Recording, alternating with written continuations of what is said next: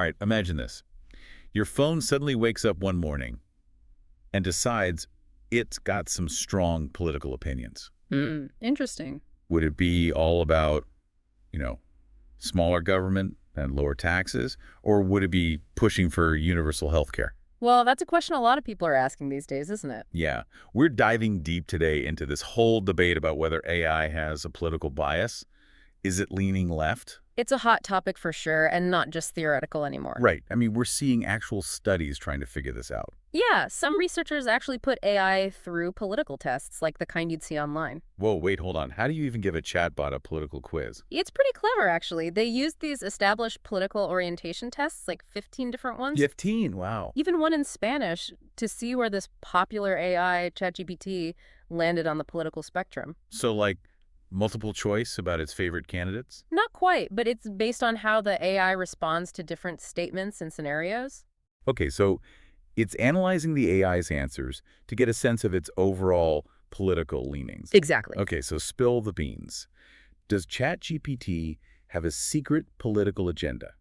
Well, the results were pretty consistent. 14 out of the 15 tests pointed towards left-leaning tendencies in the AI's answers. 14 out of 15, that's a lot.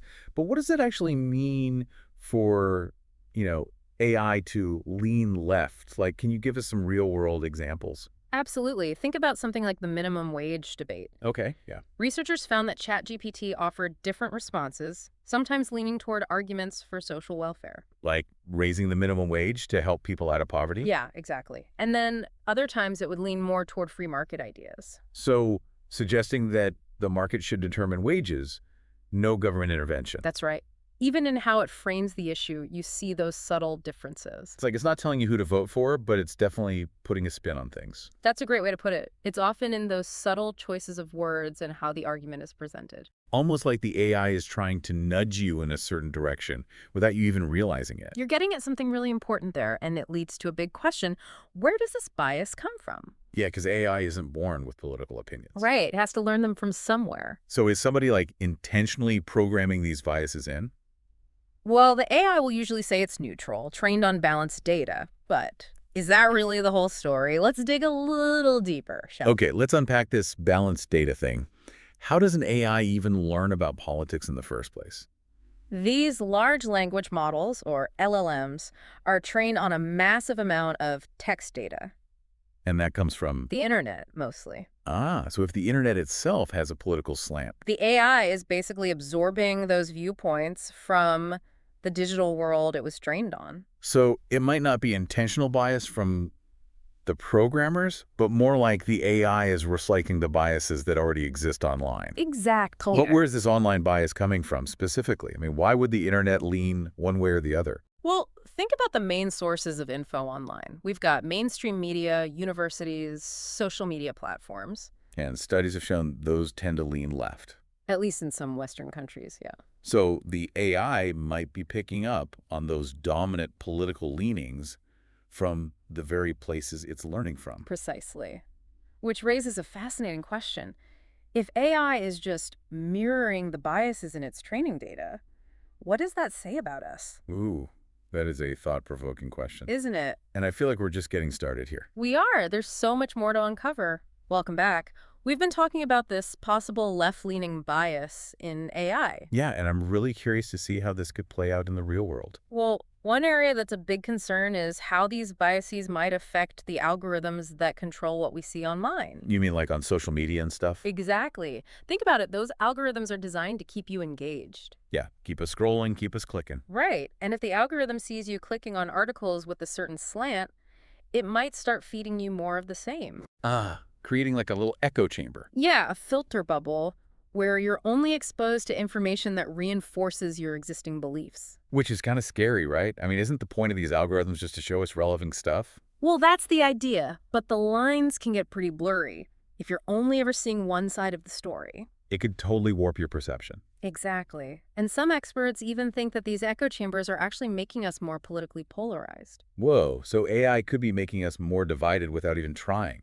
It's a real possibility, and it affects so many things. How we vote, how we talk to people who disagree with us. Even how we understand the world around us. Man, this is heavy stuff. It is. It makes you really think twice about everything you click on, doesn't it? Yeah, it does. But let's shift gears a bit.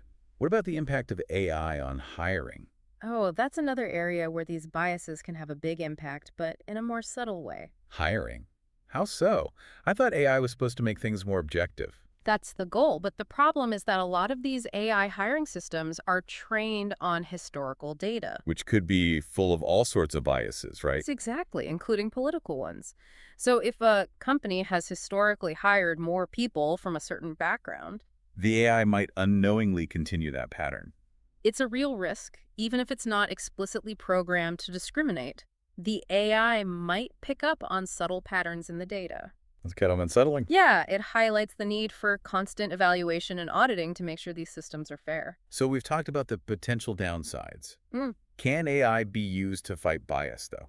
that's the big question, right? And there's definitely potential there. Remember how we were talking about AI potentially filtering content to create echo chambers? Right. Well, it can also be used to identify and flag harmful content like hate speech. So instead of narrowing our viewpoints, AI could actually help broaden them. Exactly. And in hiring, AI can be used to anonymize applications, removing info that could lead to bias. That's good, at least.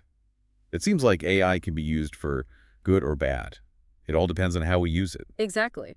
Which brings us back to the question of responsibility. Who's ultimately accountable? Is it the companies developing AI? The people making the rules? Mhm. Do we as users have a role to play? It's a tough question and one we'll have to keep grappling with. This has been a real eye-opener. We've gone from, does my phone have a political opinion, to AI affecting our careers and everything. And as AI gets more powerful, those questions become even more important. It feels like this conversation is just getting started. It is, and it's one we need to keep having. All right, we're back. We've spent this episode talking about how AI might have a left-leaning bias. So what can we actually do about it? It all seems a bit, well, daunting. Yeah, it's a challenge for sure. But I actually think there's a lot of reason to be optimistic about solutions. The important thing to remember is that AI, it's a tool, really. Okay. And like with any tool, it comes down to using it responsibly. So how do we make sure that happens with AI? Do we need, like, government regulations and stuff? Regulation is part of the conversation, definitely. But I think it's got to be a multi-pronged approach. We need better data to train AI on, more transparent algorithms so we can understand what's going on inside, and then constant monitoring to make sure bias isn't creeping back in. Okay, so break that down for me. What does, like, a better data set actually look like? Imagine AI being trained on information from way more sources, not just the usual suspects like the big media outlets or universities, but Well, also like independent blogs, yeah. online forums, voices from across the political spectrum. So it's about exposing AI to a wider range of viewpoints. Exactly. And then when it comes to transparency, well, if we can see how these algorithms are making decisions, that's huge. Yeah, it's like we can actually see if bias is sneaking in there. Right. It's like having a window into the AI's thought process. And when it comes to monitoring, that just means constantly checking for those unintended consequences. Because AI is always learning and changing, Yeah. right? All the time. Yeah. So we got to be ready to adapt. It's going to take a lot of collaboration between, well, everyone. Developers, researchers, policymakers, and even us, everyday users. So we all have a part to play in this. We absolutely do. As users, we can be more critical of what we're seeing online, try to find different perspectives, and hold the folks creating this tech accountable. So it's not just like sitting back and waiting for someone else to fix it. Nope. We've got to be active participants. You know, we started this whole discussion asking if our phones secretly have a political opinion. And now we're talking about, like, the future of society. It just shows how AI is not some sci-fi thing anymore. It's woven into our lives, And as it gets more powerful, those questions become even more crucial. Exactly. We've covered so much today. Everything from AI taking political quizzes to how it might both make bias worse and help fight it. It's complicated, that's for sure. But hopefully, folks listening are walking away with a better understanding of this whole AI bias thing. And hopefully feeling like they can do something about it. That's the goal. So, as we wrap up this deep dive, we want to leave you with one final thought. Remember that AI, it's a reflection of us, the people who create it. That's right. So if we want AI to be fair, to be unbiased, to actually benefit everyone, then we've got to start by looking at the biases that we have in ourselves and in our own communities. It's a call to action for all of us, to be mindful, to stay informed, and to help shape a future where AI is used for good. Well said. Thanks for joining us on this deep dive into the world of AI bias. Until next time, keep exploring, keep questioning, and keep the conversation going.